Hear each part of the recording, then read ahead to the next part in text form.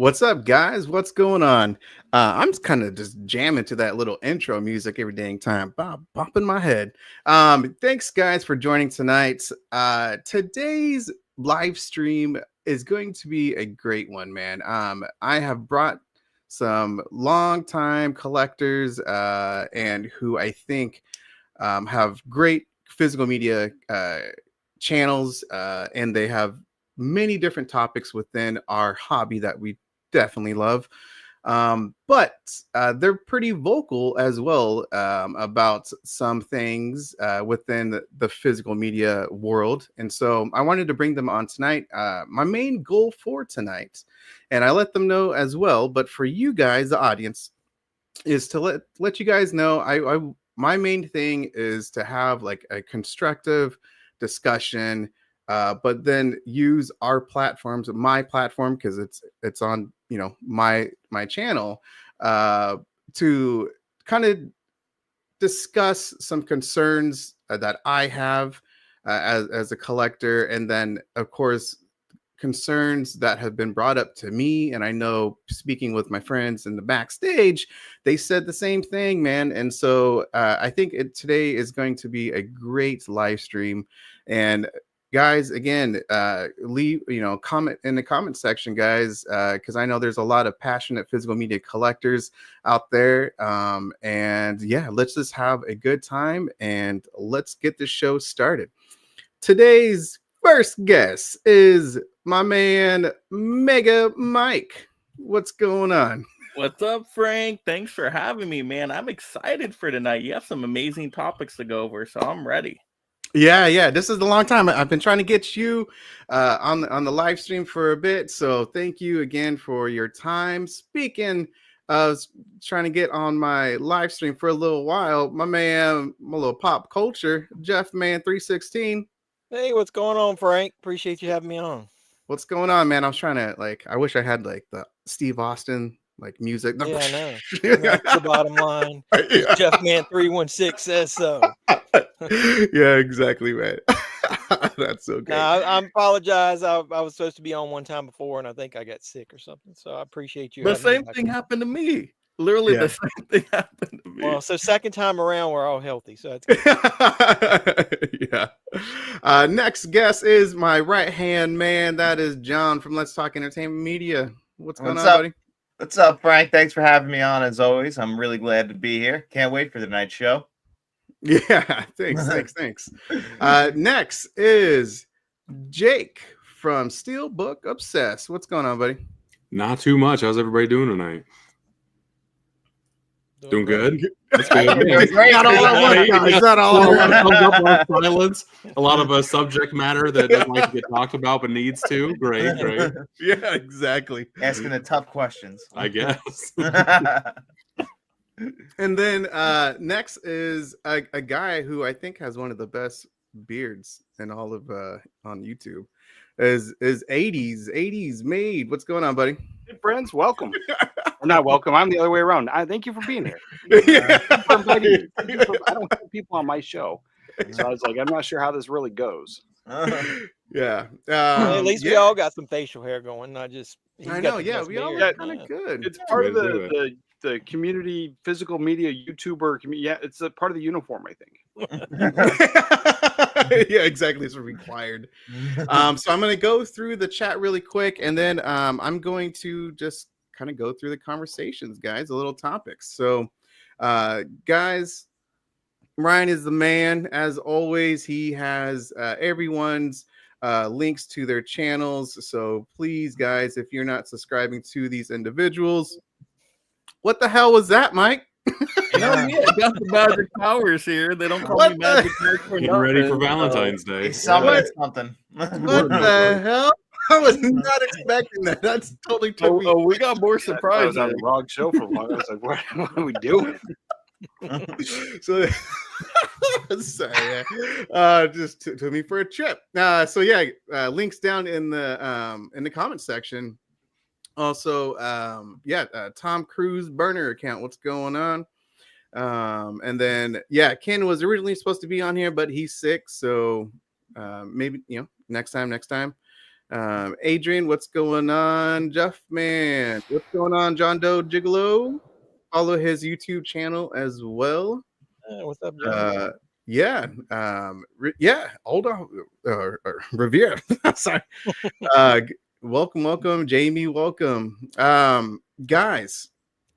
So, before we kind of get into it, what I want to discuss just really quick is you guys are very passionate physical media collectors. Some of you have been collecting for a long time, decades.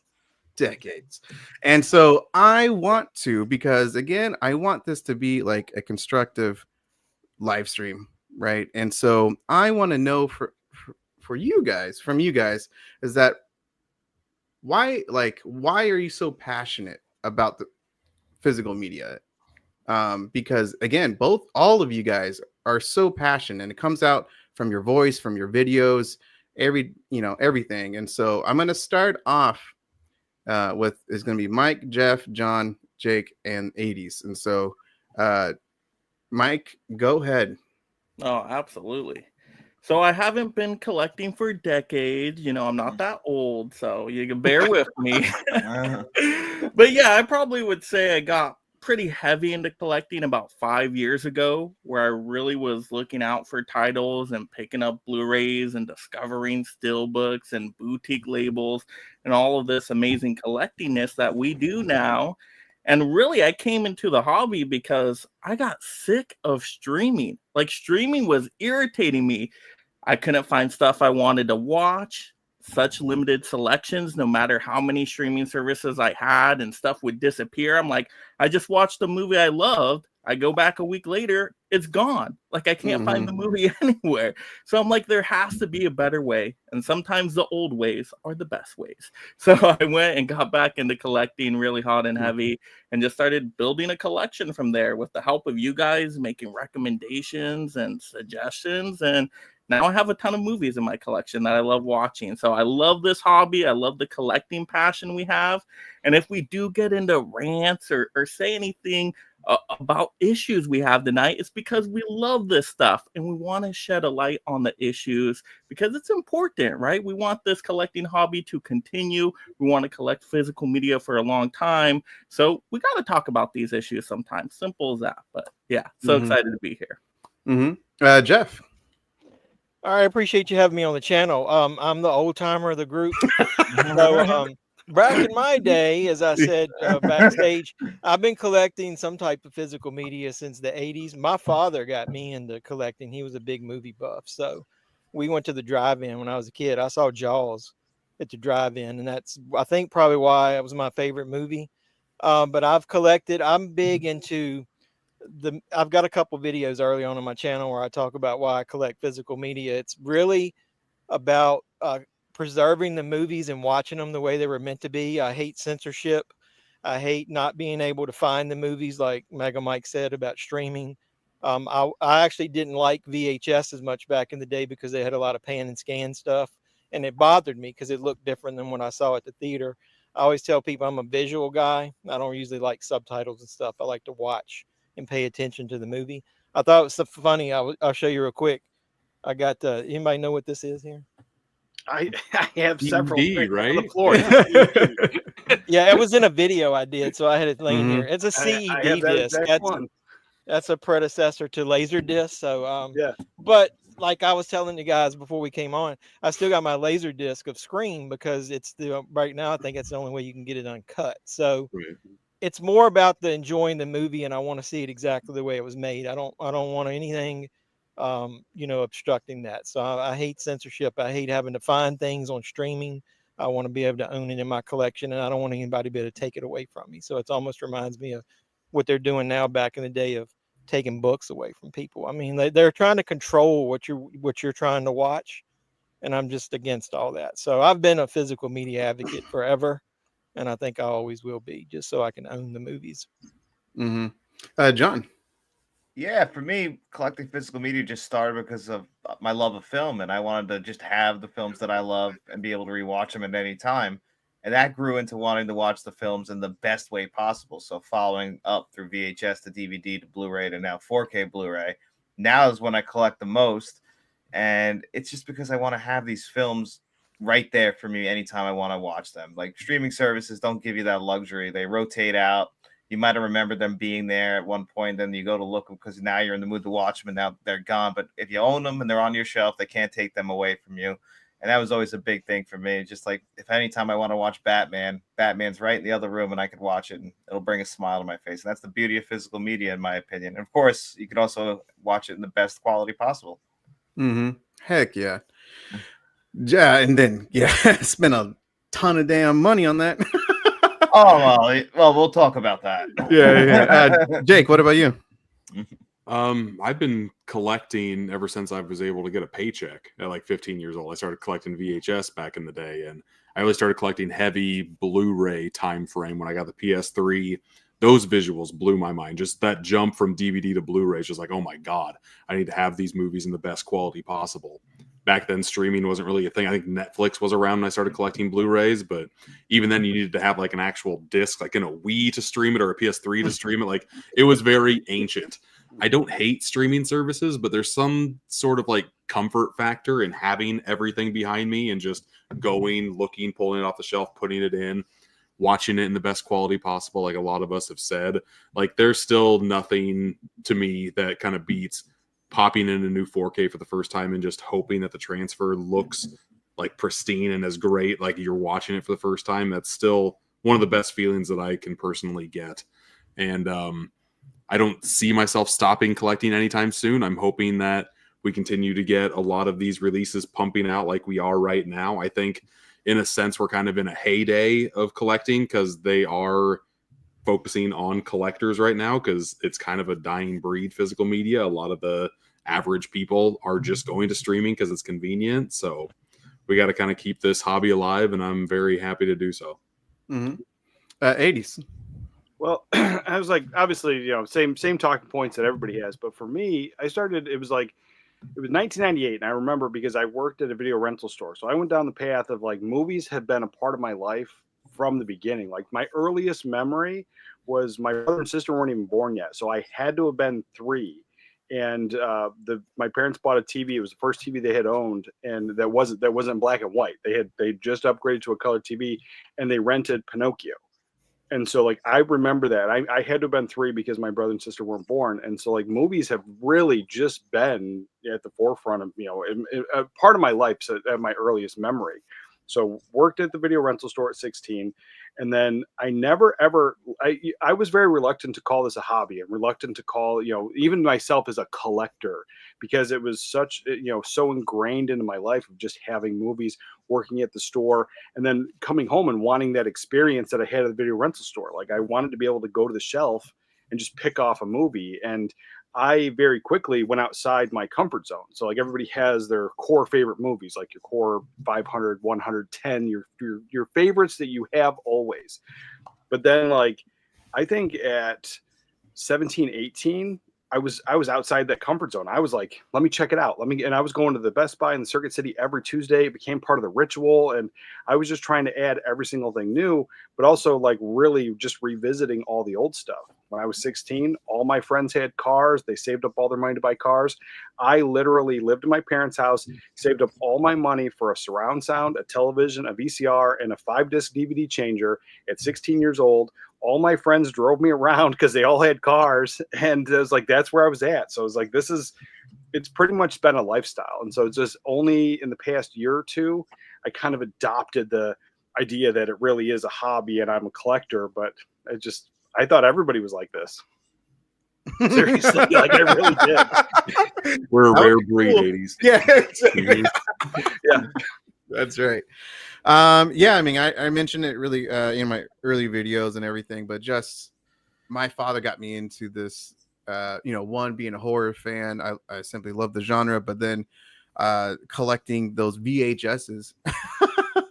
and yeah, I just simply love it. I even love the damn like sound of the VHS kind of going in. Good memories of that.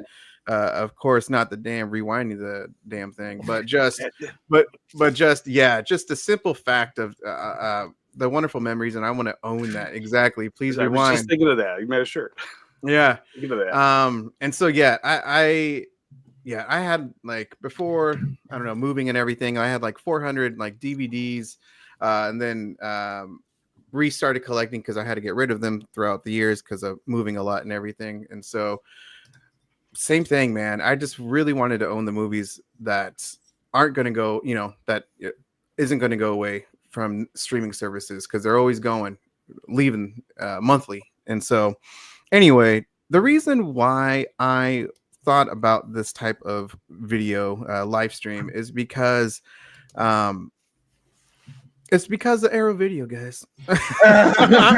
I'm gonna be blunt, man. I simply love Arrow Video. I think since becoming a collector in 2019 again, Arrow Video has put out just phenomenal releases, whether that's transfers, whether that's like packaging, and especially for the past couple years. But I've noticed, especially 2025, y'all, that they have had just error after error after error. And so so that's why I specifically thought of this video. But of course, there's other labels that you can point out to of quality maintenance, right?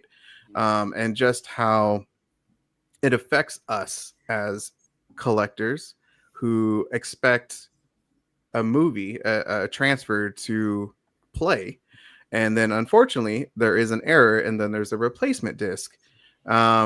So I want to know from you guys, and again, it's going to be in the same order that we just did, is, you know, you as a collector, and then of course the voices from your channel, because we talked about this earlier, that there's concerns from your viewers as well. What do you guys think of just, especially like the past like year of like the replacement disc from Severin, from Second Sights, Arrow Video? I mean, so yeah, guys, just let me, I want to hear it from you guys. So Mike, go ahead, man. Yeah, so Arrow definitely is one of my favorite boutique labels now, especially last year. They destroyed just 2024. I thought they had some amazing releases, pretty much something for everybody. So then I really got into Arrow, especially with the Barnes & Noble 50% off sales. I just love shopping and picking up the titles in person. But I can understand if you're buying these day one, you're pre-ordering this stuff, and you see mistakes and you have to do replacement discs, that has to be overly frustrating, especially because you're paying these high prices, especially if it's day one. That's why I personally don't buy stuff day one anymore, especially from these labels that have had issues in the past, because I'm like, oh, there could be a mistake there, and I don't want to go through the hassle of the disc replacement program because it just takes time. It's an annoyance. And I've seen other labels get mistakes, and it's just frustrating. So I tried not to buy day one, so I don't have to do that. I let you guys buy day one sometimes. It's so damn true. You guys let me know, is this one good to go? I let them get the manufacturing process down right, and then I'll buy it in the 50% off sale. But I totally understand if you're buying this stuff day one and you're paying those crazy prices, it better be correct like 9 out of 10 times at least. It seems right now they're messing up a little bit too often. So yeah, disappointed in how they're starting this year off, but hopefully they learn from this learning experience and they just do a better job going forward. Jeff? With me collecting over the years, I would actually say that I haven't, it's like over the last maybe 3 or 4 years, I've experienced more replacement discs than I've ever had before. So I don't know, I would have thought maybe over the years, but I remember getting that Donnie Darko 4K, and that had an issue. That was Arrow, I think. That was so. Arrow, yeah. To me, well, I love Arrow as well. I mean, I just did my Jeffy Awards, and me and my viewers voted Arrow as our favorite boutique label of the year. They had some outstanding releases in 2024.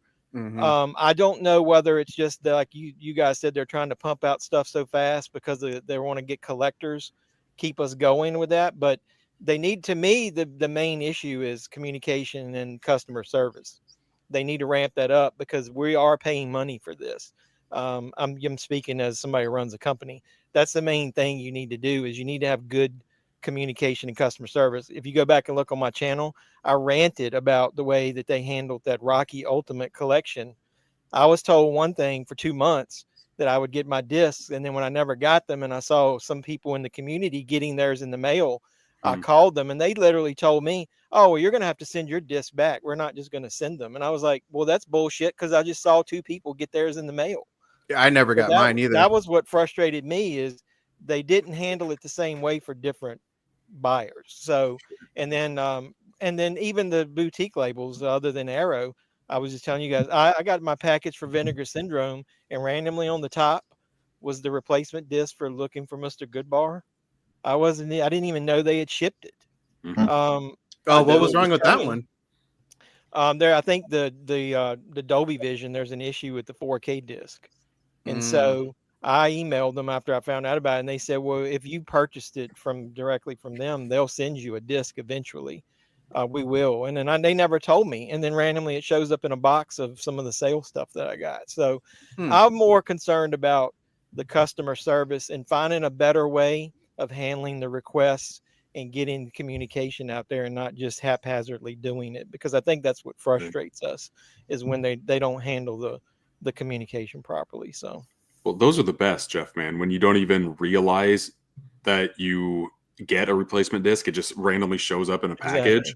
I remember buying that Friday the 13th box set day one. There were so many issues in that, and they were very good at like reporting issues and when they were going to send stuff out. It might have taken them a while to actually do so. It was a couple months, but at least it was there and it happened, and they were vocal about it. Just tell us what's going on. Like, don't let there be a veil. Don't be secretive about it. As long as you keep us in the loop, I feel like we have more of like, okay, we'll give you a break here as long as I know you're working at making this right.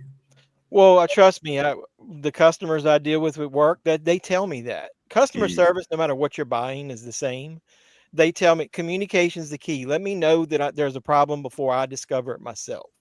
So I would rather figure out a way to get us the information and tell us immediately how you're going to get the replacement. But that Friday the 13th, I was one of the first people that bought that set, and I didn't get my replacements. It was like months after, and everybody was getting theirs. I complained so much that I ended up getting 2 sets in the mail. That's a win. Shut Jeff man up already. Yeah, they got send him another. I sold them, but not at an extreme price, but a decent price to another collector who never got theirs either. So, so I mean, it helps to. I don't want to call it a rant, but to let your voice be heard. And maybe this is one of the ways here, is that if all of us kind of communicate together, maybe it'll help. I'm not sure. John.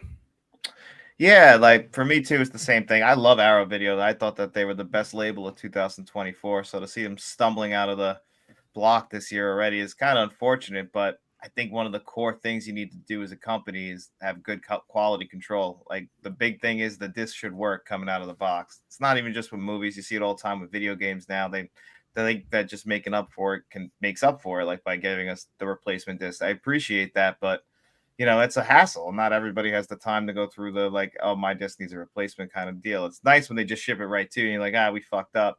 Here you go. But when you have to report it, and then sometimes they deny that there's anything wrong, it's much more of a hassle. They need to have just better quality control, because this stuff shouldn't happen. Every once in a while, it's understandable. Mistakes happen. But when it happens numerous times, you got to like kind of look at the company and go like, what's going on there? Why is this happening so often? Like, what are we doing wrong?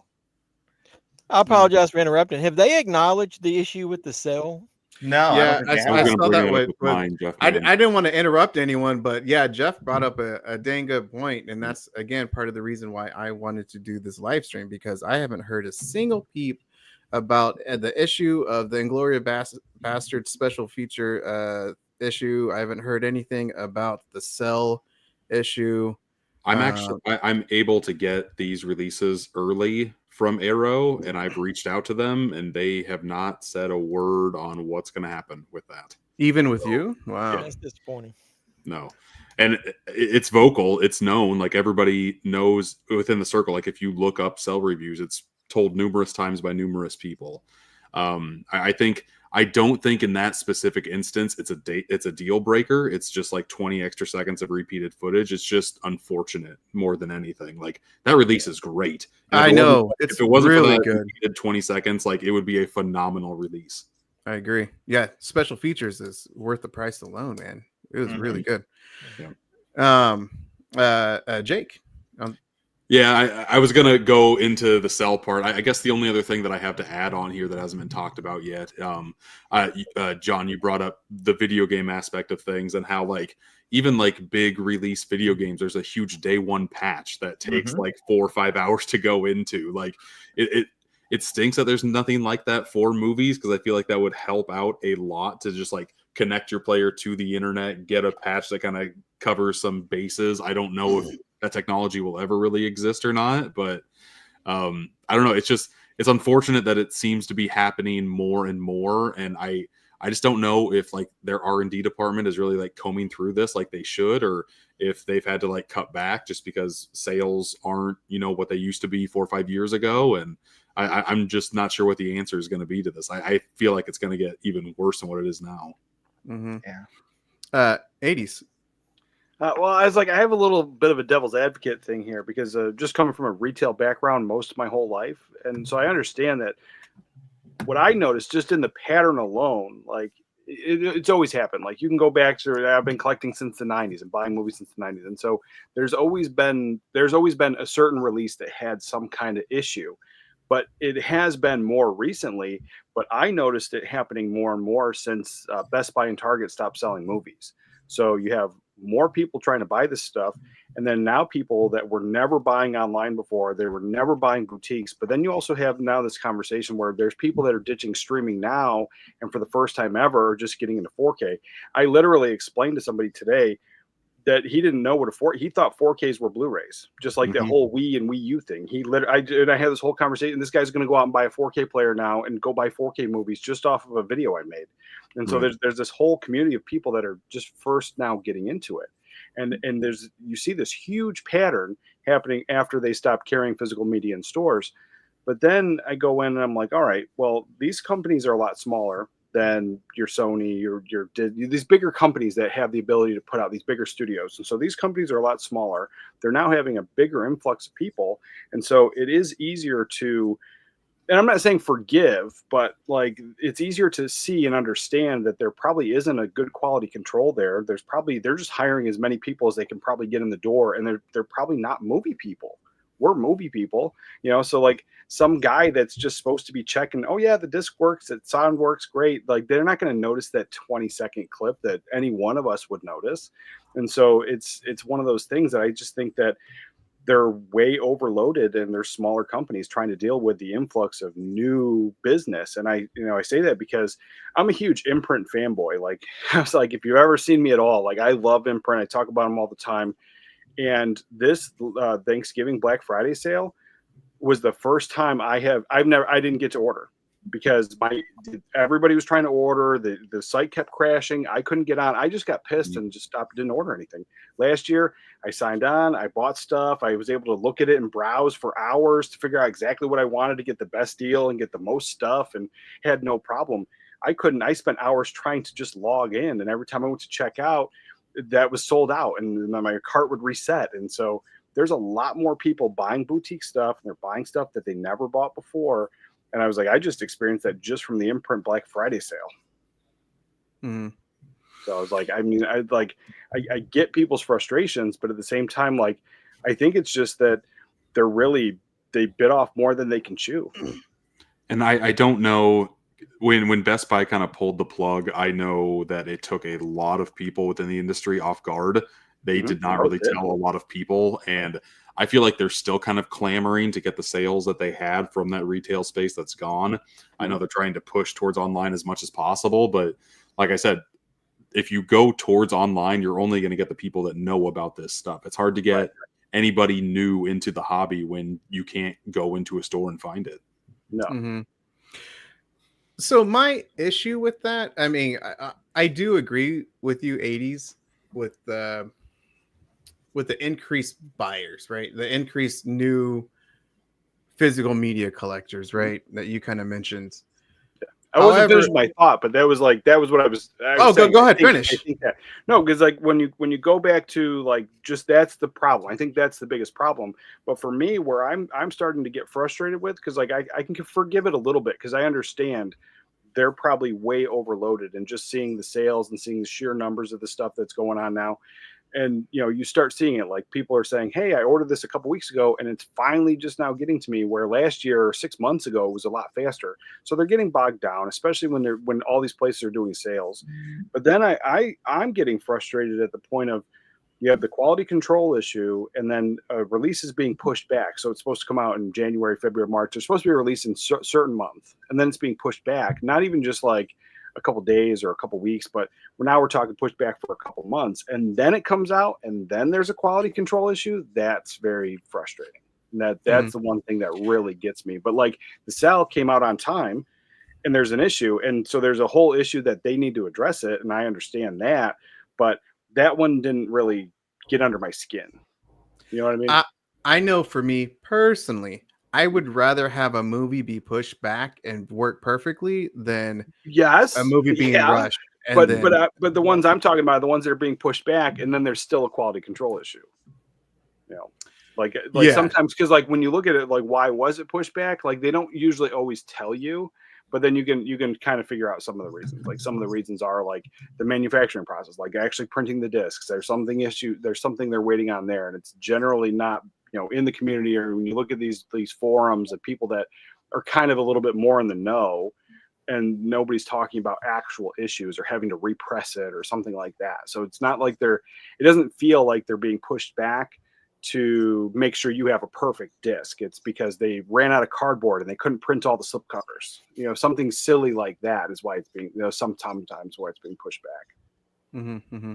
Because then you still get it, and you still get a bad release. Like there's one that I don't remember. I think it's Planes, Trains, Automobiles. There's one that I don't think ever got a disc replacement, and it has like a mix-up in the audio. I don't remember what it was. It was a few years ago. It has a mix-up in the audio. There's never been a replacement.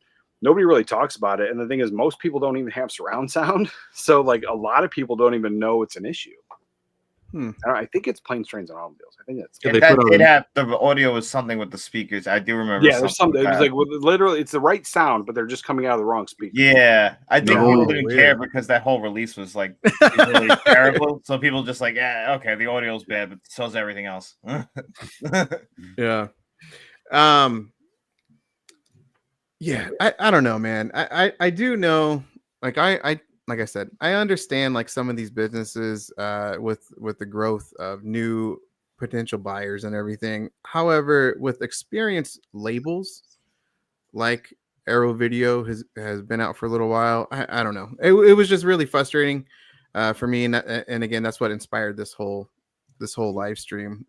But I just know that like there's other people besides us, obviously, who have commented on each of our own type of videos about it. So again, I think that we're just kind of like the voice with not only our concerns but of others as well. One thing that I wanted to talk about, and I think that this might be an isolated thing. Who knows? I don't know, but it's definitely something very, very concerning. And that is specifically labels censoring their own movie releases. And the one that I'm specifically talking about is Scream Factory editing out a specific scene, even though it's so minor. Like it's Reddick. It's the scene where Diesel is, I think he just like touches the butt. Pats her on the butt. Yeah. And then for some reason, Scream Factory edited it out. There's no explanation. Well, I read online that it wasn't Scream Factory. The director requested that they kind of fade out and not show that. I heard that too. It was a director. Really? Yeah, I mean, I didn't hear it at first. I thought it was Scream Factory, and then I mentioned that to somebody because I showed it in my video and was like, "This is edited. I'm not going to buy it yet until I find out what's going on." And then somebody commented, and then sent me a link and told me that it was the director wanted that to be cut out. Interesting. Yeah, because I guess I didn't see anything about that. I think with something like that, I think it would be nice as a buyer that I would have at least known with that at least because or just market it as like a director's cut or something. If there's anything different, Yeah, from the theatrical version, yeah, just again, transparency is key. Just let it be Yeah, known. put a card in there and just say, 100%. I want to let you Mhm. know I altered this, that this is the way it's going to look moving forward, type of thing. And that's Mhm. it. Real simple. Yep. What do you guys think? Well, recently, again, 80s. You had some good topics and discussions last night. Again, with the crew, the Sunday night scaries. One of the things that you talked about was labels re-releasing the same damn movie and not these labels for some reason aren't releasing new movies. The example was I mentioned was Evil Dead from Scream Factory. They're releasing another steel book of the Evil Dead when they just had a steel book like 6 months ago, maybe 7 months ago. And so anyway, and again, it's just not only them, it's the studios doing the same thing as well.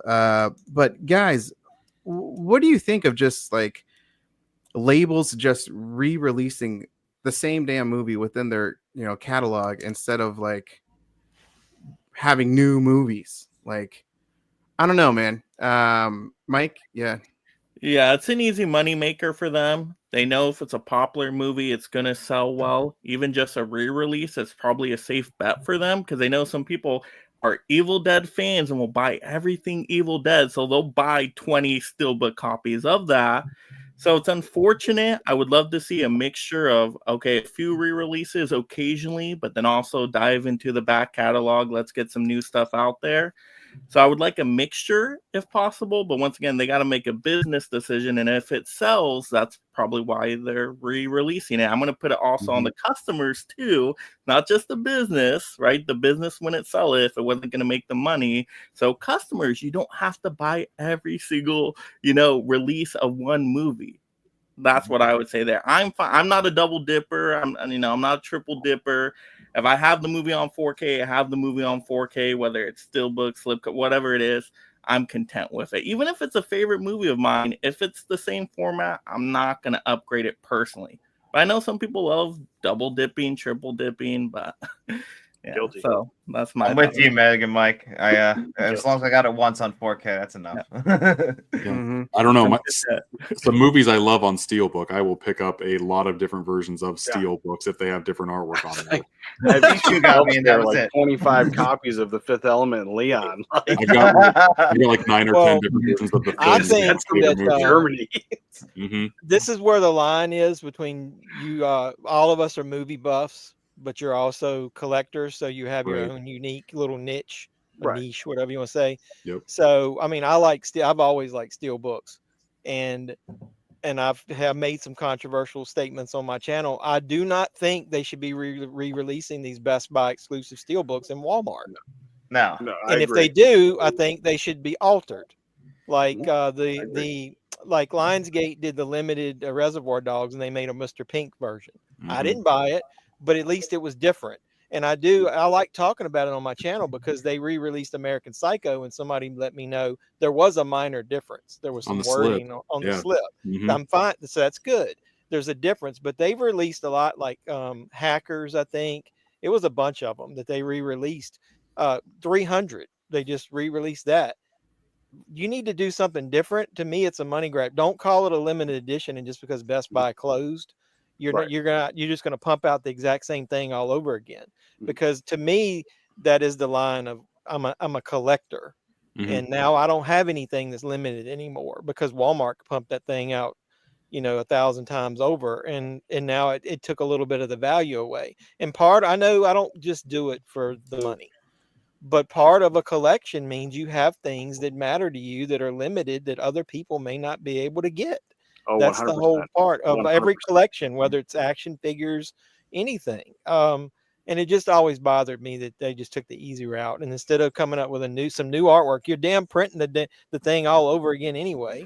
And they Change the said artwork. original limited. Sorry to cut you off, but they No, said you're fine. limited on all the ones that I'm familiar with that they reprinted. And then the reprint says limited reprint, and it's the same art. And there's no like #1. There's no there's no even like stamp on it that says reprint or second edition Exactly. or like they would with a book. So sorry to Yeah. interrupt, but I was like, No, yeah, you're I noticed that. Well, the problem is they do that with slip covers and everything else, and you can choose whether to buy those things or not. But once Yeah. I choose to buy it, I just frustrates me going into a store and seeing the exact same thing I bought 2 years ago that was supposed to be limited. And like I think it was Sony when they did their limited and did the reprints on this actual slip of like Total Recall, they put limited reprint, so you Yep. knew it was Yeah. different. Mhm. But like I we- said, if you're wasting the time printing it, do something different with the artwork. Then you might catch even more revenue because some of us who collect things might end up double dipping and buying it again if it's your favorite movie. Oh, for sure. Instead of, and I understand it because I see a lot of those things just sit in Walmart and they only get 1 or 2 copies of them in my small Walmarts anyway, Mhm. but they'll sit there for weeks and nobody buys them. And I was like, well, what'd you reprint all those things for?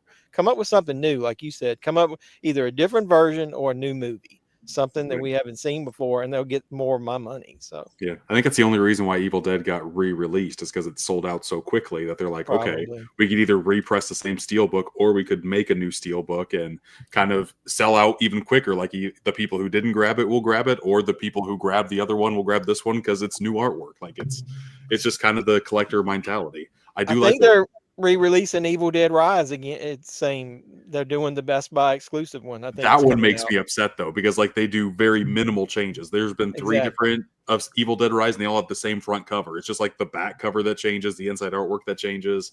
That's the stuff that irks me. With Lionsgate, I like them having like the collector's mentality in mind. They have first pressing on all of their like inside spines just so you do know that, okay, this is from the original run. Mhm. And now they're not even like reprinting those steelbooks. They're doing the color variants, like you said, like the Apocalypse Now even. I'm glad that got a re-release from that giant big set that they had, just because that was out of print for so long. And now the 6,000 copies that were on Lionsgate Limited are now sold out. So I don't know if they're ever going to repress that sucker again, but at least I feel like there needs to be like a good time frame in between these releases as well. That kind of helps ease the blow a little bit. Like, I don't know, 3-4 year span, because there might be people that weren't even collecting at that time that missed out, don't want to pay stupid money on the secondary markets and everything. So I think repressings are definitely needed and necessary. They can just be they can overstay their welcome, I guess, pretty easily too. Yeah, and for me, that's exactly I started collecting again in 2019, and so that it's like a buffet, man. So I totally hear you on that. John.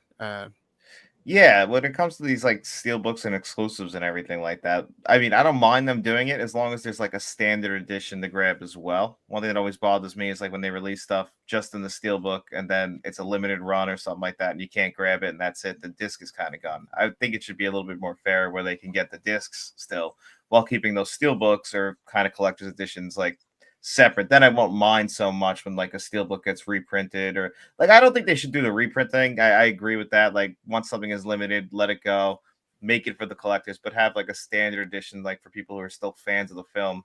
It kind of frustrates me sometimes when something only gets released in a steelbook and it's expensive, and like people who are actually fans of the film aren't able to actually get that because it's stuck on a steelbook for a high price. That's another topic, y'all.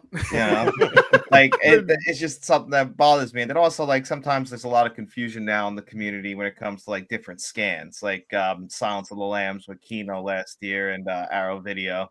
Like those aren't technically reprints; they're just coming from different studios. But one's exclusive to the UK or Region B, and one's exclusive to Region A. And which one's the better one? And people will get confused by that. And then the arguments start like with Inglourious Bastards, like, no, it's the same scan. No, it isn't. And everyone's like, well, we're not entirely sure because Arrow Video is not like 100% transparent about what they did on their transfer. So we're just up here trying to figure it out. Jake. Yeah, kind of going off that point, I just wish that these studios, like if you're going to put everything online, put every single piece of information on there. Like don't leave any question marks out for the community to be like, hey, is this a new transfer? Why is this being released in the first place type of deal? Like I know Texas Chainsaw Massacre 2 Arrow Video just did a UK exclusive. Vinegar Syndrome did the US version, and I didn't know if it was the same transfer, what the heck they were doing with that. There's just a lot of, because I enjoyed that movie quite a bit, but I have the VS version. Do I need to double dip if there's anything new on that release? Like, packaging is cool and everything, but to me, like, what's on the disc kind of is what reigns supreme, and why I kind of collect multiple copies of the same movie. So yeah, just let us know. I feel like I'm going to be saying that on every single topic that we have to say here today. Yeah, exactly. Transparency is key. I mean, I just made a damn video about that, and that's what inspired a little bit too, also with this live stream, because with that specific release, the Dolby Vision encode apparently doesn't work with the Panasonic UB820, which is definitely one of one or two most popular 4K players out there. And so yeah, man, that is a pretty big concern. I don't know how you test for that though. Like that's just crazy. Did you guys read their response? I read on yeah, basically update your firmware. Exactly. Yeah. Which that's kind of silly. But anyway, 80s. Yeah, just same thing you guys were saying, but for me, I get it more in the comments. So it's like I've got my own opinions on it, and obviously I'm a collector. I buy things all over the world. So I was like, if a release comes out here in America, and maybe I buy it, maybe I don't buy it, but then there's like a really cool release in the UK or Germany or somewhere else, Australia, and it's got cooler packaging, or it's got some like some special features that we didn't have in the other one, or like there's a different thing. There might be Dolby Vision where the other one didn't have anything, and so it's like I get excited about that, and then people in the comments are like, how many times do we need this release? Well, nobody's making you buy it. But then like the idea that people get frustrated, and I was like, I totally understand. Now if here in America you're an American, you're buying just American, you're not importing anything, and Shout Factory puts out something and then it goes out of print, they give the FOMO stuff like only a few left, better get it before it goes, and people hurry up and buy it, or somebody buys an out of print one on eBay for crazy money, and then 6 months later Kino's putting out the same title. That's frustrating. That I understand. That right there just kind of pisses, because it goes into, because every time it happens, there's always that FOMO buying. And that, people here, we do it. Everybody's like, oh, hey, this stuff's there's not many left. They're going out of print. These are the last ones. So I was like, us talking about it creates that FOMO anyway. And then somebody else is going to put it out. So I can see the community's frustration with it.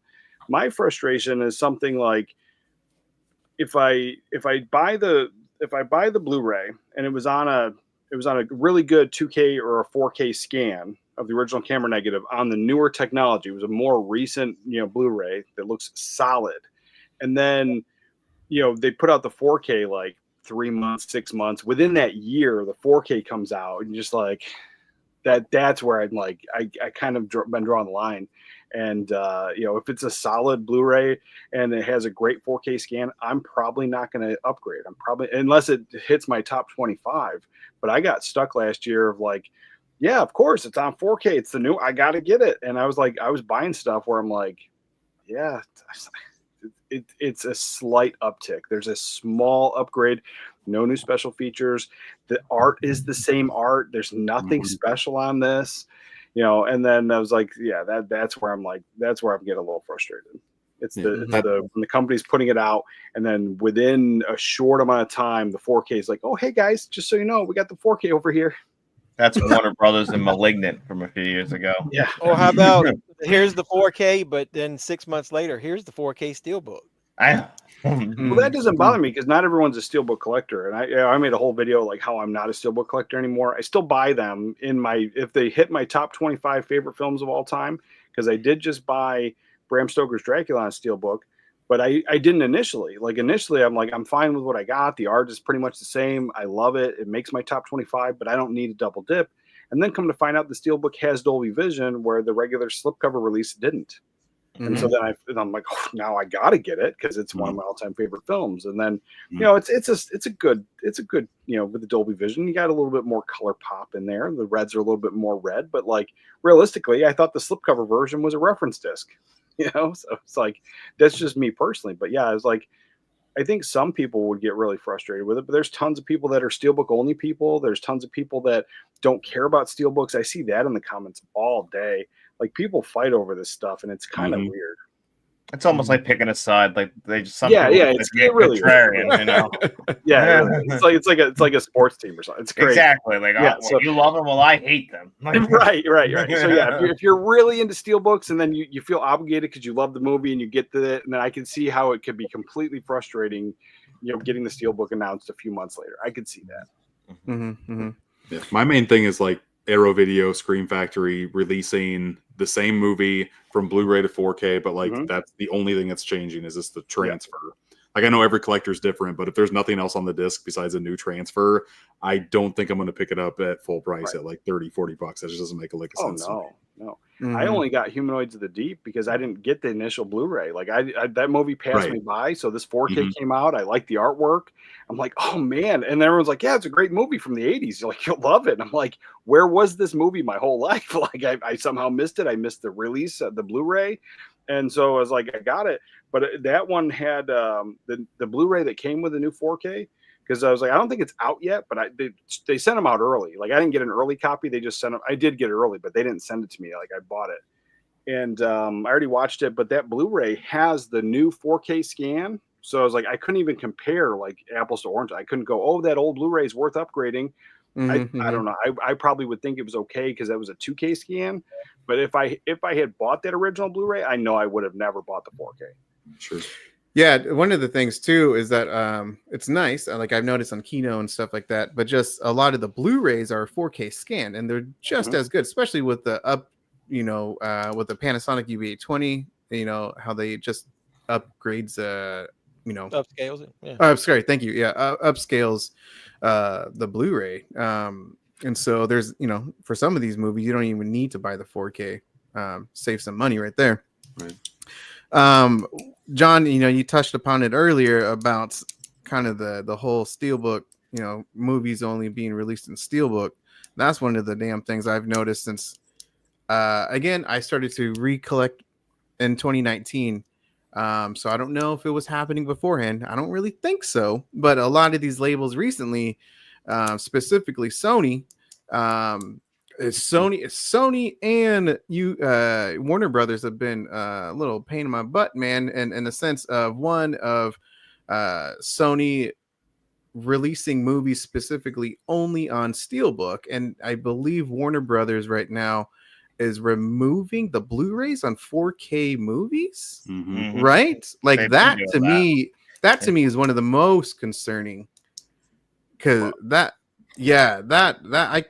couldn't believe that. They charge the same while giving you less. Well, I'm 50-50 on that. So I was like, I 100% agree with you on the whole steelbook only thing. I think that's ludicrous because not everybody's a steelbook person. And I go back to the days of, Best Buy couldn't sell those things for anything. I remember them collecting dust and being like $10 just, 7-8 years ago. And then all of a sudden there was like this boom on YouTube of like these steelbook guys. And then all of a sudden like steelbooks became like a huge thing. And now they're at the price they are now. But I remember like they couldn't get rid of them. And so I was like, I had that whole steelbook only thing. Like that's very frustrating to me. I didn't pick up Panic Room because of it. But then like that other coin, I was like, I don't know. I was like, I don't know how I feel about it. Yeah. Mike, go ahead.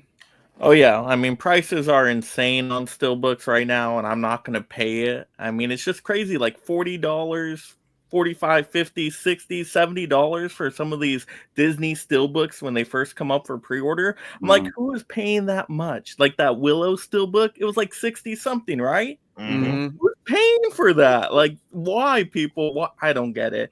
But I won't pay for that steelbook price, not at all. I wait till the price drops, and if the price drops and it's a movie I like, then I'll pick it up. Like the Venom 3 steelbook, I waited till it dropped. I think it got that like $32, and at that point, I'm like, okay, I'm comfortable with that price. I like the movie. I know I'll rewatch it. Steelbook looks really cool. I'll buy that one. So I'm very picky on steelbooks now, and I don't like how they're only doing steelbooks for a lot of stuff now, just to upcharge everybody. I want as much options as possible for customers to choose. Give us the slipcovers, give us the steelbooks, give us 4Ks, give us Blu-rays, give us DVDs, give us all the options at the same time, and then let the customer decide whatever path they want to go. I hate when they're like, okay, here's steelbook. Later on, 6 months later, we'll give you the slipcover, or here's the Blu-ray. 6 months later, we'll give you the 4K. it's just a way for them to make more money, force double dips, triple dips, and I can't stand it. So I'm that person. I'm patient now. I'm like, I'll wait 6 months, I'll wait a year, I don't care. I'll wait till it gets to a sale or a discount. But that's Yeah. me. One of the things I really love about your channel, Mike, is that, and I believe that's how I freaking discovered your channel, was you do like a weekly Amazon thing. Recently, I know maybe for the past year now, you've done the every week about the 4K Blu-ray DVD comparison, or what's been selling, and lately it seems like there's been a lot of 4K like buyers, which is very nice. It's wild though, because the Blu-ray numbers have shrunk, quite a bit in the last couple months, and 4Ks have skyrocketed, just taking over the market share. So I'm like, are people just switching over to 4Ks now? But is it because these studios and boutiques are only offering now some of these 4K steelbook editions? Right. So is that why Blu-rays are starting to disappear a little bit more? And now if you want a Blu-ray, you got to go like secondhand market for it. It's not a new release Blu-ray, because they didn't do Transformers 1 Blu-ray from stateside. Like, what are they doing? They're not offering us all these different choices anymore. And so I think that's frustrating for us as a collecting community, because it's like, do we wait? Do we know if a 4K is going to come out later? Is a Blu-ray going to come out later? Is this still right? We just don't know. And I hate that. I can't stand it. So that's why I don't buy day one anymore. Mm-hmm. I think that's the Blu-ray numbers shrieking. Sorry, go ahead. Like the top 10 selling of each week as well, and I think that Blu-ray number is shrinking just because some of these releases don't include the Blu-ray, and in those numbers, if the Blu-ray is included in the 4K, it counts them as both in each column. Right. So if they're taking that away, of course that piece of the pie is going to keep on shriveling up, and the 4K is only going to get bigger. Jeff. It hasn't bothered me as much because I haven't found a lot of movies that only release in steelbook. It does bother me the price point, obviously, because it seems like when they do that, they do have it at a premium. But I can't fathom why they would just do Panic Room only in a steelbook. I mean, that movie's been stuck on a damn Super Bit DVD that I did a video on like for ages. The DVD looked good back then. I've been waiting for that movie. It's one of my favorite Jodie Foster movies. I've been waiting for that movie to come on to, some high definition format. I would have been okay with just a Blu-ray if they would have just done that. But why did they just pick and choose that random movie to be only in a steelbook? I don't know. That's my issue with it, is there's never any logic to it. I don't want to steal Mike's thunder. You guys know that there's like a buy one, get one 50% off sale right now on Amazon. And there's a ton of those steel books we've been talking about, like that Hackers and stuff. If you're going to double dip, this would be the time, I guess, to do it. But it does bother me that they're taking Blu-rays out of the Warner Brothers. I didn't notice it at first, and then I started buying them, and I was like, I was taking the opportunity. A lot of the dollar store Blu-rays that I bought, I was starting to do Blu-ray 4K combos myself to save some space.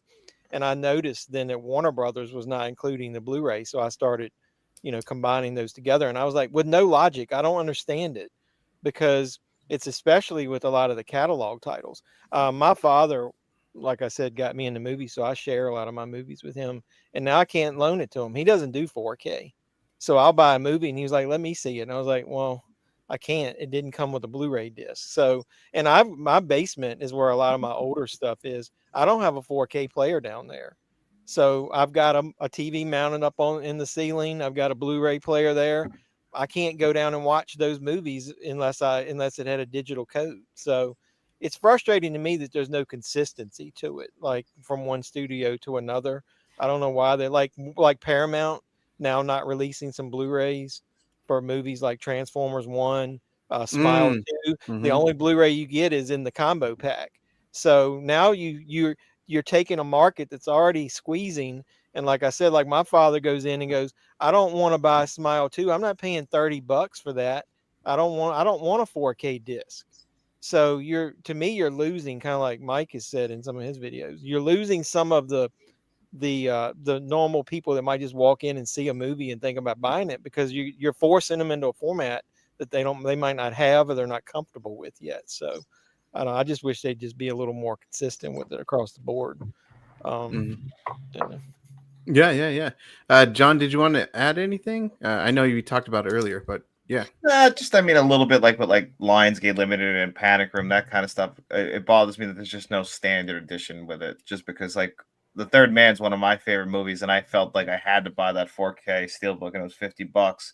Whereas last month, Kill Bill and Jackie Brown had 4K steelbook releases, but they also had standard releases with it, like where you could just get the slipcover. I just wish they would do that and not have it just be locked behind the steelbook. And like Jeff was just saying, like I would just wish there's more consistency. Like, why is Panic Room one that gets chosen just to be in a steelbook release? Like, it's just strange when Seven last month had both, and I get it, they're different studios. It's just David Fincher's movies are just kind of all over the place as far as 4K releases go. Jake? Yeah, we're talking steelbooks. I love all this stuff, guys. Jeff? The only way to get Panic Rooms on a steelbook? Yes, please. Thank you very much. No, I think what a lot of this has to come down to is SKU rationalization on their side of things. People aren't buying movies the way that they used to, and it might be a lot to ask for to see if people want to buy the 4K as opposed to the Blu-ray, as opposed to the DVD, and printing out 3 different SKUs that kind of get released everywhere, especially if there's no retail footprint to actually go and actually pull these out. You got to physically go online. I feel like the people that are buying these online are really going towards the higher quality product as is. I know when I started collecting, I would buy 4Ks, but the Blu-ray was in there before I even had a 4K player, just so I could kind of like future-proof the collection. Yeah, that's I think why they did it. Yeah, it stinks. They did it with DVD too. Like, yeah, no, exactly. But I also see like the I think the best-selling movie of last year, physical media wise, was Deadpool and Wolverine. That was also $60-65 for a 4K steelbook. Like it sucks that that this is happening, but there are some case scenarios that they see the proof is in the pudding, and people are paying that much money for movies that they want to have in the collection. And they released 2 of them. So Yeah. you I definitely want to talk about that. So on the next one, 80s. Did you want to add anything? Yeah, I just wanted to add about the Blu-ray thing. So like, it always baffled me. So I was like, I understand everyone wanting it and people talking about how they like it, but you have to think like when VHS was came out, and it had like a big long lifespan, and then we had DVD, and then in a short amount of time of having DVD, VHS went away, and then DVD had a good run for a little bit, and then Blu-ray came out, and then they packaged that before when the Blu-rays came out. A lot of the Blu-rays were coming with DVDs in there as well, and I think it was so you could, if you didn't have a Blu-ray player yet, you can buy those anyway. But in a short amount of time, I would have assumed the DVDs would disappear, but the fact that they never have, you can still go into Walmart today right now and buy a brand new DVD of a brand new release. And there's actually in my Walmart, there's a 4K movie I'd like to get, but they only have the DVD on the shelf, and it's frustrating. And I was like, I'd rather not order it online. So it's just like the fact that we still are getting DVDs, I think they did it to themselves, because at the time, like they were still selling, like they want to make the Blu-ray the new format. Now they want to make the 4K the new format. Just go all in, get rid of the other stuff. I was like, I understand not everybody's going to be there, but if you want to be a physical media collector, you want to be a movie collector, like that always was a thing. Like you showed a CED earlier, CEDs disappeared, Laserdisc showed up, like, so the people adapt. And if you want to have home videos, this is how we do it now. That the fact that we're still doing DVD now, I just think it's weird. And I think they kind of shot themselves in the foot that way. And where you have that, like, studios are like, well, we're splitting the market and we got to spend all this money to make DVDs and spend all this money to make Blu-rays. I don't mind that the Blu-rays are not in the thing. Do I want a $40, $50, $60 4K with no Blu-ray? No, I don't want a more expensive thing with less. But if they were including a Blu-ray that was just bonus features, I would be super happy. But most of the time you get a couple extra bonus features on the Blu-ray that I notice, and the movie. And I was like, I never, ever, ever pop that Blu-ray in to watch the movie ever. And it was like, you said you might, some people might, but I don't. And so I'm only ever accessing that Blu-ray for special features. Yeah, that's one of the things really quick I want to bring up. There's one more as well, but yeah, a lot of these releases now there's none. Arrow's pretty good. And there's some other labels Arrow, as well. Second Sight will do it too with so you can get Yeah. the 4K and have it imported to the US. They'll put their special features on the 4K disc. I just got done watching the Cruising 4K from Arrow Video, and there weren't any really, like, there were 2 special features on the 4K. I thought that was it. Mhm. I popped in the Yeah. Blu-ray. There's so many new special features. There's like a Mm. new interview with Karen Allen that's just on that Blu-ray special feature. I'm like, Yeah. this sucker should be looking as good as possible on that 4K. It's just it's weird what hides where, and you got to really do your research just to make sure you're watching everything that's included. It's a Mhm. catch-22 because they try to maximize the space and make the transfer great for the 4K, Mhm. and they claim they can't put a lot of special features. But like those Warner releases, you end up getting nothing special feature-wise, but maybe the trailer. Warner's the worst with that. So They- that's Worst. I mean, and yeah, so then you don't put the Blu-ray in there, so you don't get the special features that were on the previously released Blu-ray. Yeah, that's frustrating. I 100% agree with that's Yeah. frustrating. Warner Mhm. throws a trailer on there and they're like, hey, special features. Yeah, maybe back in 1998 when DVDs started, first coming out. No, but that was even a then touch. they were better then. There was They a lot were of way great- better back in the day. There was a Yeah. lot of great stuff back in the early days of DVD. They had Interactive main menus that menus, blew my mind back in the DVD days. I miss that stuff. the Putting Fight in that Club first Blu-ray and Ghostbusters. DVD menu. One of the things I wanted to talk about is actually from Tim. He brought up a good point. It's great releases, but it's training people not to care about the Blu-rays as much. Which, yeah, man, that's something kind of I don't like that at all. Again, I do think that Blu-rays are very important. I know for me personally, I mostly collect 4Ks. However, Blu-rays are just as important as in some ways even more important than 4K. But yeah, I definitely don't like how the studios are kind of like training people. And speaking of that, one of the things that we just touched upon is the damn freaking pricing, man. Big one was about, y'all touched upon it, is Deadpool and Wolverine, how Disney is training the sellers to, like, it's okay if the movie is initially $60, but then it's on sale for 45. I mean, Disney slash Sony. I mean, it's pretty ridiculous because those two, even if you looked at Venom 3, that started out pretty high and then it got lower. Mhm. But yeah, Willow, and I will say that the other labels, at least what I have seen, definitely correct me if I'm wrong, but I have seen the other labels not pricing their steel books, or at least, releases that high. So it seems Right. to be specifically a Disney slash Sony type of thing. Mike, go ahead. Yeah, Disney is the worst offender, of course. And then Sony's like, oh, let's follow Disney. People bought the Deadpool and Wolverine steelbooks. Let's match Venom 3 with that. And then nobody bought it, or not enough people. So they dropped the price a little bit quicker with that release. But I mean, these steelbooks are selling, a lot of them. Like was mentioned, Deadpool and Wolverine sold. So what does that tell Disney? Hey, when they do new steelbooks, if it's a popular enough franchise, let's price it again at $70, and then the $45 sale price, like you said. Mhm. So it doesn't fool me. I still don't have Deadpool and Wolverine in the collection. I will buy the steelbook if it's still available when it hits 35. That's my marker. I'm not going to pay $1 more than that for that. And if it sells out, whatever, I missed out on it, I'll buy the standard 4K later on in like a 3 for $33 Amazon deal when it happens. Mhm. It may take a while with Disney because they usually keep those prices pretty high for a while. But yeah, the prices are crazy. As was mentioned with Lionsgate 2 doing the new limited line.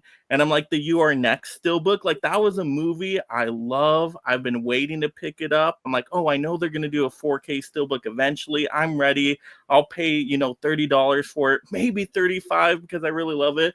When I saw it was that $40 price point for You Are Next, a movie that came out so long ago. Like, this isn't a brand new movie like Deadpool and Wolverine. Like, this movie came out a while ago. It has to be a more niche market, right?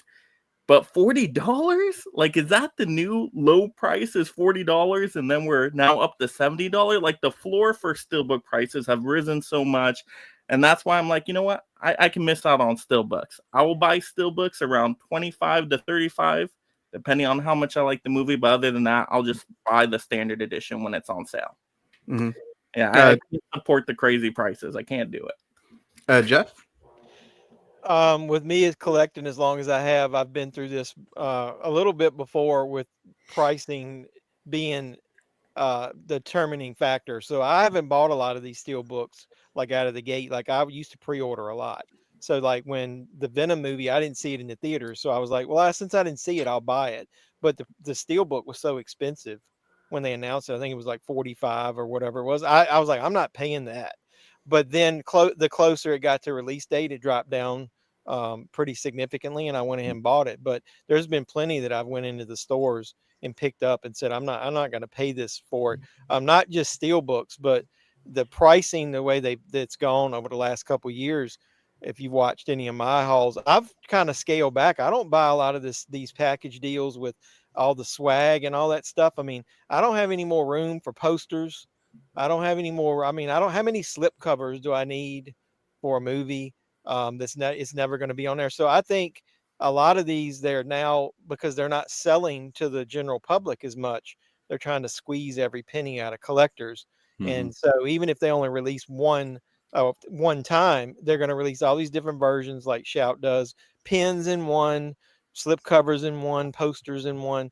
I've scaled way back about all that stuff, and I've just went with the straight up just the movie more here lately than I ever have before. So definitely price is a factor, and they're going to end up, to me, you're eventually going to get it to the point where more collectors are just not going to be willing to pay these prices, and then what are they going to do? To me, I fear that it's going to, then they're not going to see the writing on the wall that they're the ones caused it, and they're going to basically say, oh, well, they're not supporting us anymore.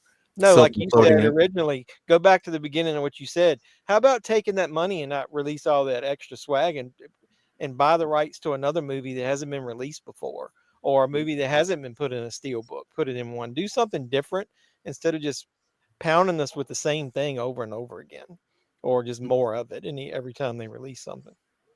Mm-hmm. John? Yeah, I kind of feel the same way as Jeff with like, recycling the same things over and over and then repricing them at a really high rate. Like that's just killing us right now. And I personally am struggling with it. Like I'm buying things that like I'll buy like standard editions and I'll buy multiple at one time with like you could pay in installments now just because things cost just so much. And I think Best Buy really did more damage than we realized with them going out, because we lost a lot of like great sales that we would have throughout the year, and then other places would price match those sales. And when stuff is being sold directly from the retailer now or directly from the distributors, like just for example, Lionsgate Limited or even A24, those places aren't going to have sales as far as I can think. I can't imagine it down the line. So there'll always be at those prices. And then what happened with Disney and Deadpool and Wolverine is like he said, people bought them. And if people are going to buy them, that's going to back us into a corner, and they're going to squeeze as much as they can out of the collectors until there's nothing left. It's the same thing with movie theaters. Like the prices are so high to go to the movies now because not as many people are going. So they're going to take advantage of the moviegoers, and the moviegoers will keep going until eventually they can't afford to go anymore. And that's what I worry about happening to physical media, is that, eventually it becomes so niche that it's only like for people who can really afford it. I think physical media collecting should be for everybody, no matter like what the pricing is. Like have DVD. If people only want to collect DVDs, let them go for it, like have it just that everyone can get those movies is kind of what I want. Not to interrupt, but I feel the same way about adding all that swag to it. That's why all the popcorn buckets and tins became so popular. Oh, those got huge. There's less people going to the theater, so they're like, well, how can we make more money with less ticket sales? Oh, we'll get the collector mentality in here, and we'll put a popcorn bucket out for every movie, and then you got then you got the damn. I went down that route. You can't even go get the popcorn bucket though on the day you go see the movie because they're sold out. So I started down that route. I got one for Halloween Kills. I got one for Scream. I got the one for Saw X, and I started stacking them up, and I saw the writing on the wall, and I was like, Jeff, do not buy any more because you're going to keep buying them. So I just said, cold turkey, stop. And so I haven't bought one since, because there's some cool ones out there, but I mean, where the hell am I going to put them? And also, like I said, I think it's just they're taking advantage of the collector mentality. That's when you're going too far that way and you're not a movie buff anymore. It should be more about the movie and not the swag you're selling me. Well, when you make things limited, though, like with Vinegar Syndrome, like the FOMO kicks in, you can sell it for a high price because people get worried they're not going to get it, and you'll always be able to sell it at that price. It's supply and demand. Jake. At least with Vinegar Syndrome, there's a ticker that shows you like how much is in stock. That's the best. I wish Lionsgate Limited would do that. Like anybody that sells their stuff there, just let us know how much is in stock, and especially if you're not going to do sales or anything, just again, give us more information. But on the Steelbook side of things, I thought when Sony got the rights to Disney, it was a godsend because Disney wasn't releasing a lot of their back catalog. But for me, what I think honestly happened is that Sony got leverage, and they're like, okay, we got a big group of movies that we can charge an arm and a leg for, and they're doing that for their own catalog. Like you look at the Warner Brothers, Universals through SDS, they charge $35. Like that's kind of like their limit. Sony is trying to go their own way in the sea and treading their own water and seeing what the hell they can get away with. And I just, some things are working. And then some things like Venom, that was $65 pre-ordered. And it went all the way down to $35 just because, who the hell wants Venom 3 for $65? Like, you might want to make the movie good if you're going to charge them. Exactly. No, they definitely do. I don't know. With the retail going away and a lot of this focusing specifically on online purchases, there's a lot of there's just a lot of stuff that we have to figure out, and that the companies, the studios have to figure out. And there's I don't know, a lot of question marks, and it's just I don't know. I think the next 3 to 5 years of physical media is going to go through a lot of this like experimental stages. I don't know how long they can kind of keep things afloat the way that they have been. You see every year, like they sell less and less of this stuff. So they have to try to figure out different ways to make things feasible to stay in business. Because it is really easy just to get a monthly subscription, a monthly paycheck from you every month and go the streaming route. It takes a lot of effort to actually print stuff on a disc in 2025, ship it out to people, and have people actually buy that. 80s. No, I was like, I've said before, I'm not a Steelbook collector anymore unless it makes my top 25. This movie does, but I actually imported the 4K from France out of spite. I was not paying that $50 price. I was not. So I got Willow out of France cover, and I was not paying the $50 price. Now, crazy enough, this release and the Steelbook were normal prices in Europe. So we were getting price gouged. The prices they were charging for us were price gouged because the Steelbook, I think it was like 35 pounds or right around there, the European price. And this was 24 or 27 pounds in Europe. And then so like after I imported it, the VAT tax, like everything, I still came in it cheaper than the American Steelbook. Is that the same artwork as the American one? Huh? Is that the same artwork as the American? No, it's different artwork too. Is it different artwork? I didn't see the other one. It's actually a nice cover. Yeah, it's nice. Yeah. Once I saw I actually like it a lot better. When I saw the price on Willow, I was like, "Fuck that, go!" That was the easiest no I ever said. I was like, and I went through Amazon France, and so I had it at the house really fast, and it worked perfect, and it was still cheaper than buying the American Steelbook. Hey, I don't want to hijack it, but Frank, I'll ask. Can I ask one question? I've been asking some people, why do you think that over and other overseas, like in Germany and places, they get 4Ks that we don't get?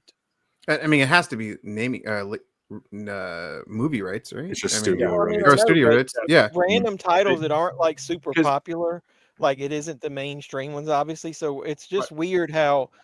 The only reason I was thinking about it is because he was talking about he bought Willow from there. I've had to buy some 4Ks, not that I had to, but because the price was good and it was overseas or Orbit or somewhere, get a German, media book. Well, you have to go back to you have to go back to like the 80s and the 90s, and like when our favorite TV shows and our favorite movies and stuff were done over here and whatever, they would put a lot of that stuff in syndication on TV over there.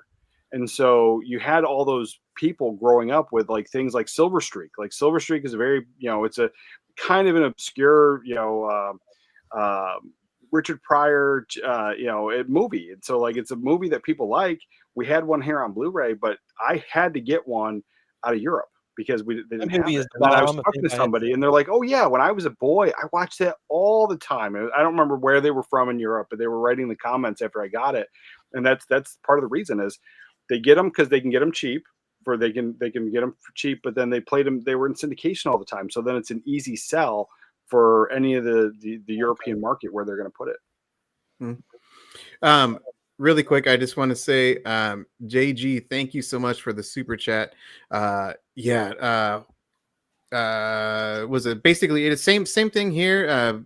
Here in the and I don't know. But anyway, Barnes and Noble, 4 week again, because you live in Hawaii. That shipping, man, that's gotta take forever. But yeah, I mean, it's just Walmart and Barnes and Noble. At least here and where I live in the Northwest in Portland, there's no like shops besides that. So it kind of sucks. I see some of you guys have like some nice like I don't know, like pawn shops or something like that, just like other like places to buy physical media. We don't have that here, man, and it sucks. So those are like my two main places physically are those. But so thank you, JG. I really appreciate it for the super chat. Jake, this is going to be coming back to you because we talked about it. You mentioned it about the international tariffs. You said you possibly have some info. Let us know. Well, for my 9 to 5, I do a lot of buying and purchasing. And while there's still not a lot known about tariffs and what is actually going to happen within the industry once they go live, because it's just continuing to be pushed back and back because people are still trying to figure stuff out.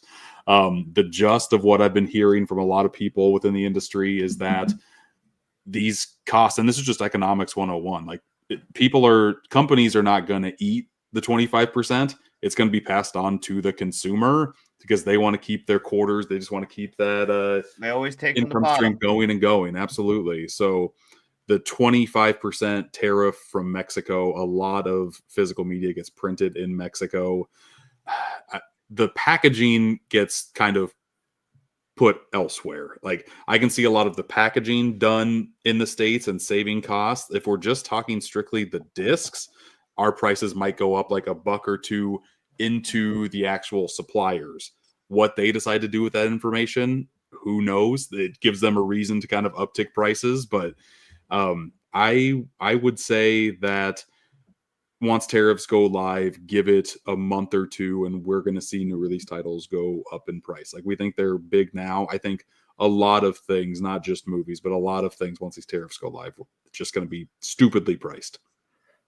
It's not fun. Just thought I'd rip the Band-Aid off and give you my 2 cents on it. Yeah.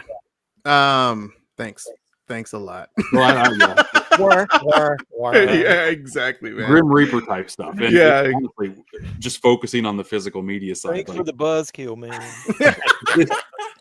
If prices do indeed, like if a new release title is, let's say it goes up 25%, we're pushing like $50 for a new 4K.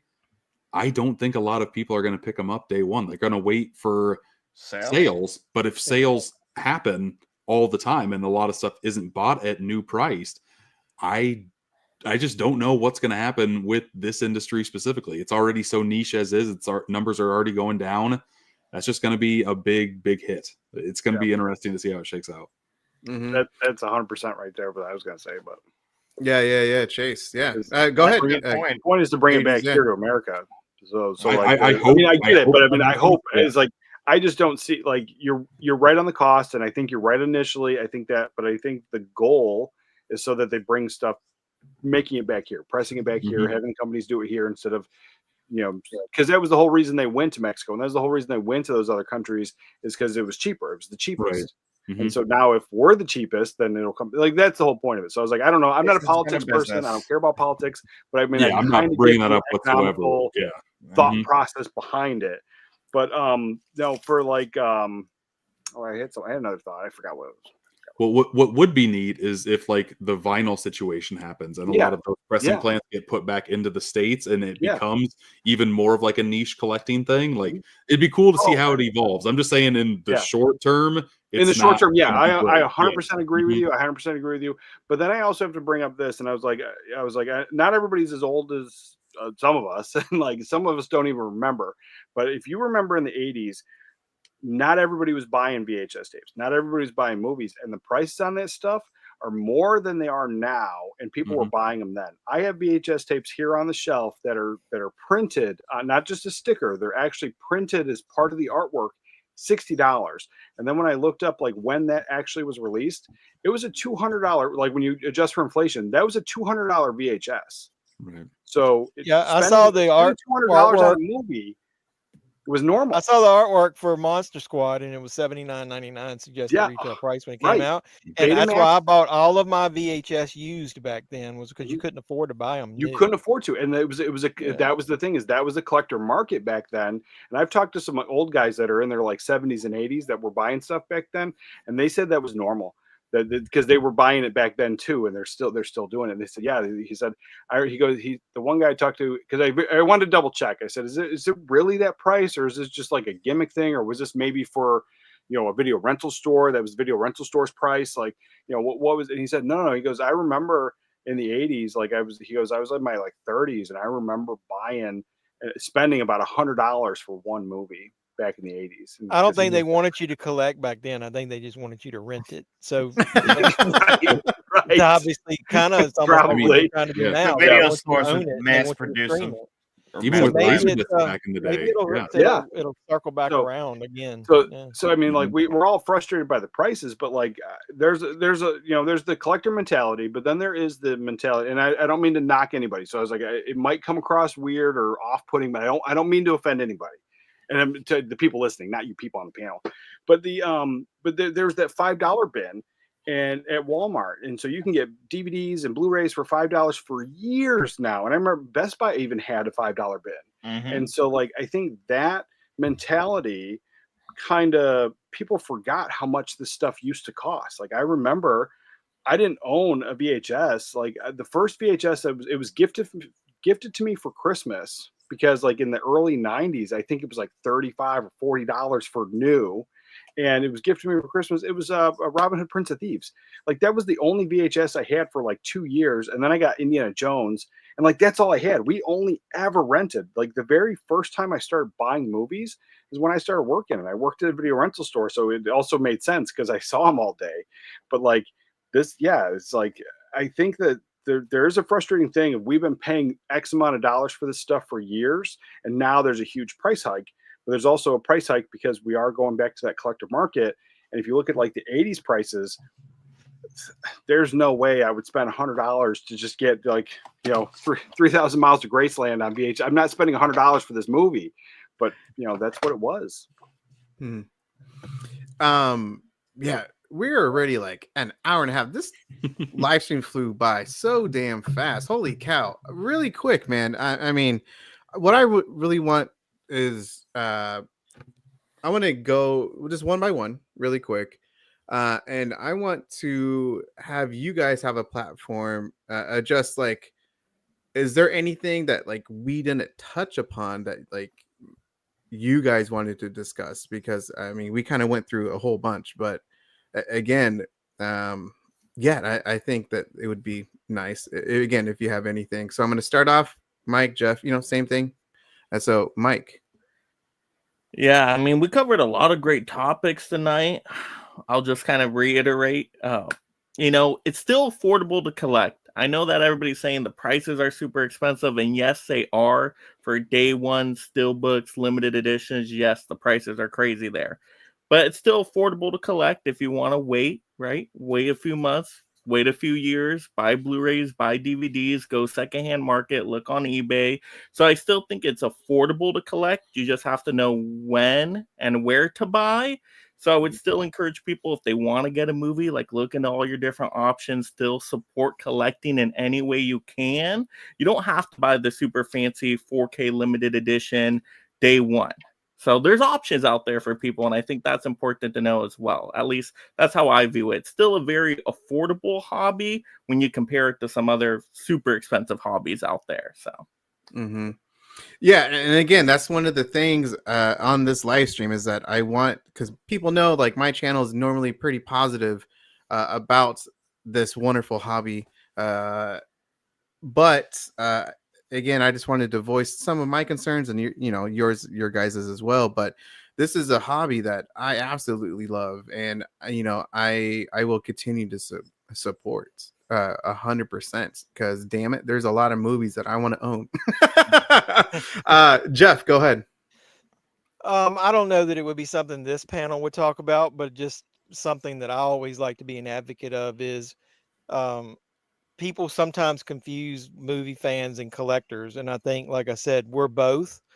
I always remind people that I like, if you look at my channel, I support micro budget films or like independent filmmakers. I've become friends with a lot of those guys, and understanding the process they go through has educated me a lot on it.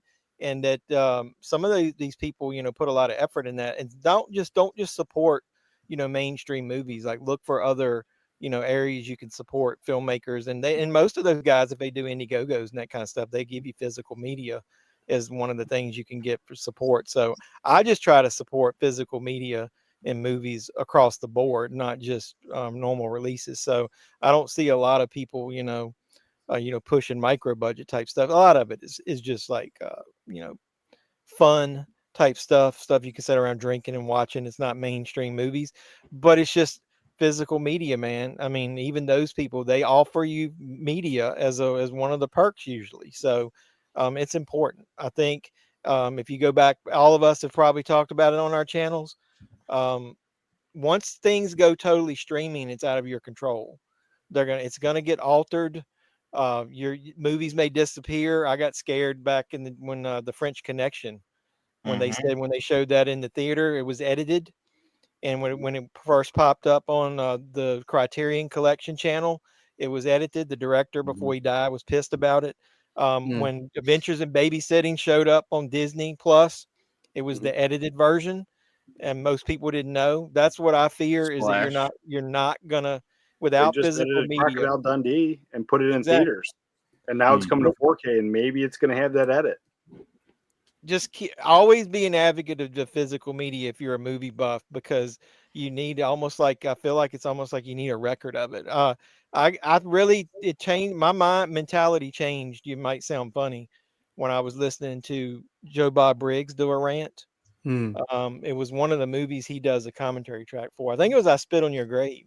That Elite DVD is the only way I think you can get his commentary track. But he was talking about this stuff back then, that if you want a movie, you better buy it and own it, because some of this stuff is going to disappear, because they're eventually going to tell you what you can and cannot watch. He was talking about that then when that DVD came out, and it's coming to fruition now. So it's kind of scary that you see everything these people have been warning you about. And that's why I've always been a physical media advocate. So, I mean, I think our voices are important. Doesn't matter how big your channel is, as long as we're all talking about it. I think that's the important thing. Yeah, I think that's the key too, right there, what you just said. John. Yeah, one thing Jeff just touched on a little bit too is like the streaming thing. That's one thing that I really think is, played a big, a rating on the parade of physical media and kind of slowed down it gaining. That's why I think when we went from like Blu-ray to 4K Blu-ray, it didn't pick up the momentum like Blu-ray did after DVD. Streaming service was new at like 2008, and now at this point when 4K rolled around in 2016, that's where people are mainly getting their movie fix. And unfortunately, I think it did kind of hurt the physical media market.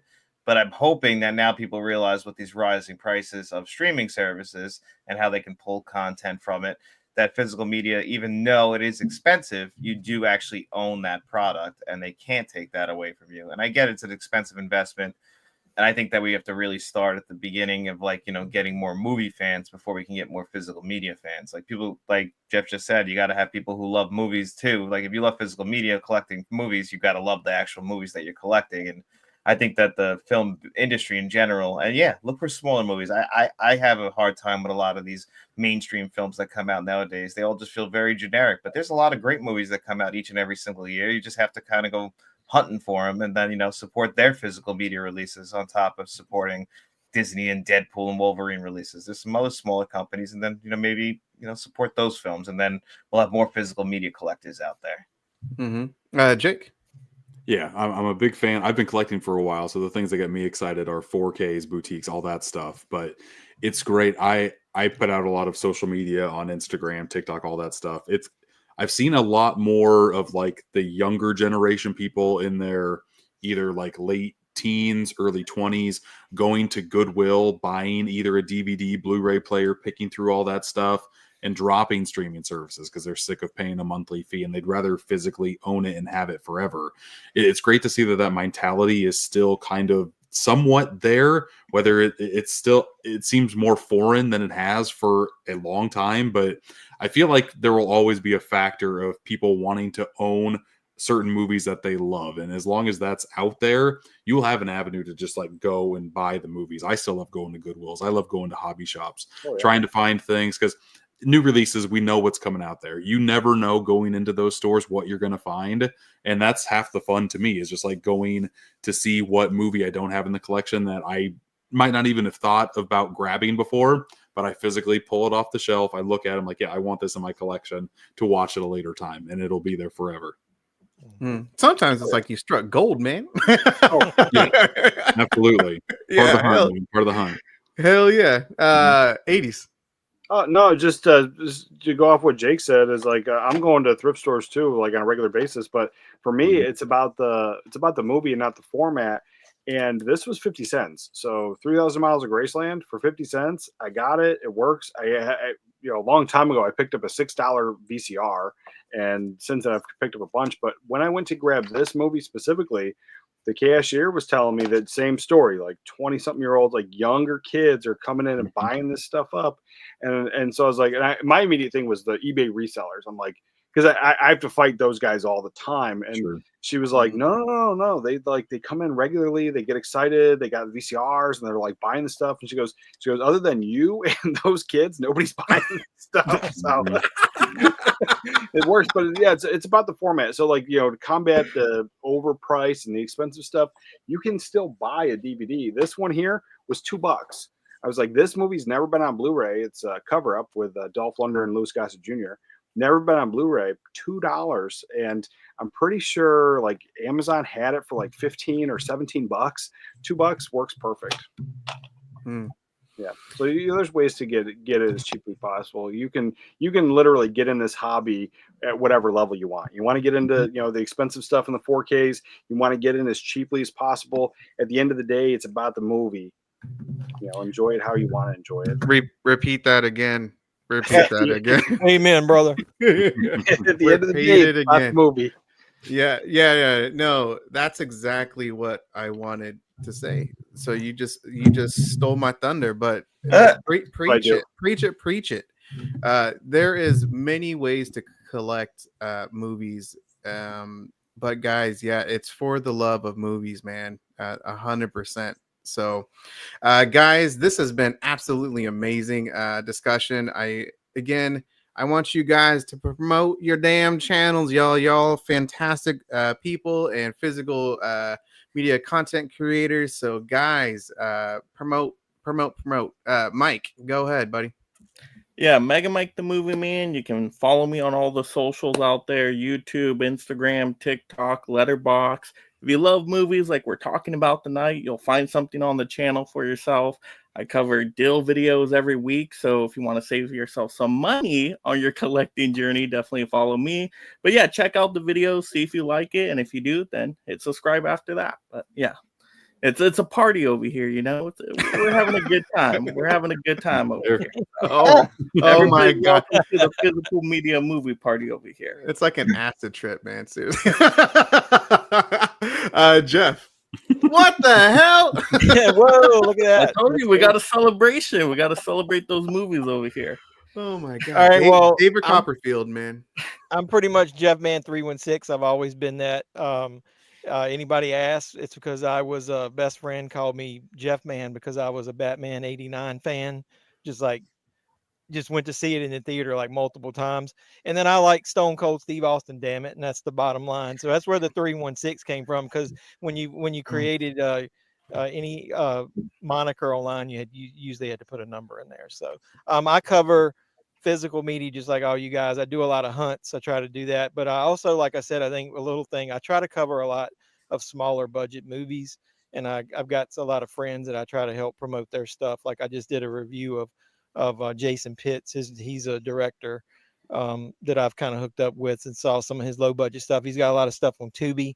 So I try to promote movies from all levels on my channel, whether it be micro budget all the way up to the big boys. So anything physical media and movie related, that's what I do. So check out anything Jeff Man 316. John.